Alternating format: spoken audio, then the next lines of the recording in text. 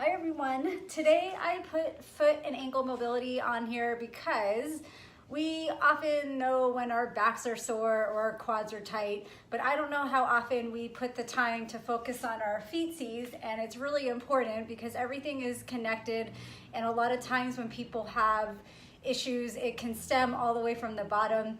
So we're gonna start with our feet and do a couple of exercises and stretches for them.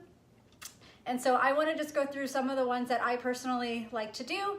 And so one is I like to take my foot and then I bend my toes towards me, and it helps stretch my foot. It's going to even get a little bit of a calf stretch in. I've done a lot of these back in the day when I had plantar fasciitis.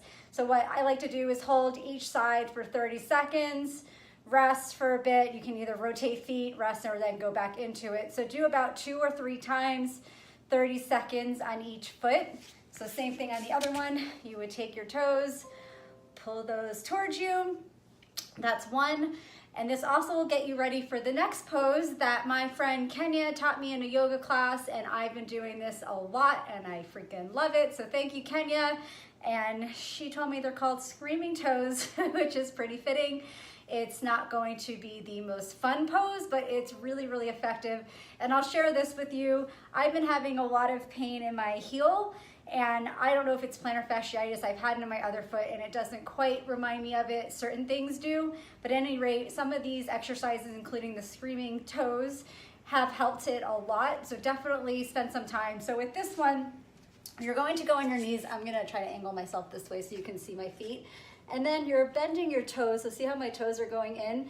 And then you wanna try to lean into it, and yes, you're going to feel it. It's not super comfortable.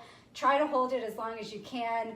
Work up towards maybe a minute or 2 minutes, and just keep holding when you need to come out of it. I don't have access, but when we did this, we had blocks. We were able to sit on it. It makes it a little bit less uncomfortable. So that will be the second one to do. The third one we're doing, this one is also one that I learned from Kenya, which I do pretty regularly, and I'm totally forgetting the name, so I'm not gonna try to name it. It might be a downward dog with kind of alternating your feet. So what you're gonna do, and again, I'll do it this way so you can see, you're gonna get into this position, and then you're going to gently alternate feet and bring your heel towards the ground, hold it for a few seconds, and then switch feet. You're getting a good foot stretch, and also you're gonna feel it in your calves. So you're gonna pedal back and forth. I would spend about a minute on this one. And then another one that we will also do, so this will be the third one. I like to do this one or fourth one, I believe. I like to do this one a lot. It stretches your hips, your IT band, I believe even, and also it works on your ankle mobility. So I struggled for a long, long time. I still do. It's one of my worst movements ever. Overhead squats, where you have a bar and you're squatting. When you're in that overhead position, everything comes all the way up, and if one little thing is off, you will feel it. And doing this stretch has helped my ankles a lot because I think my ankle mobility has been really shitty, and that's caused some issues. So I've done this one a lot. I find it really effective. I have clients do this quite often, and it's a great stretch. You'll feel immediately looser when you come out of it. So you're gonna start, and I don't know, hopefully you guys can see me.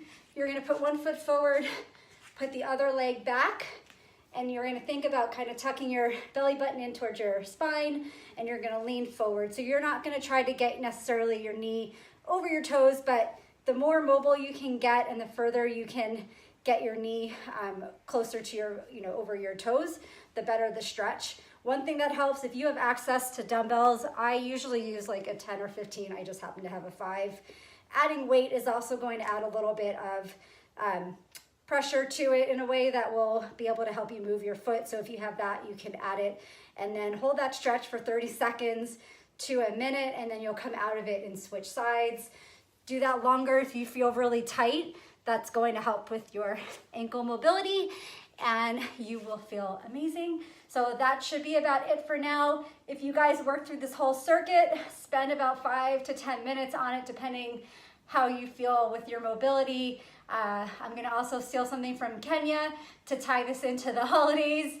You know, our feet go through a lot. You guys are running around, doing errands, you're at parties, you're dancing. So take care of your feet. They will thank you for it.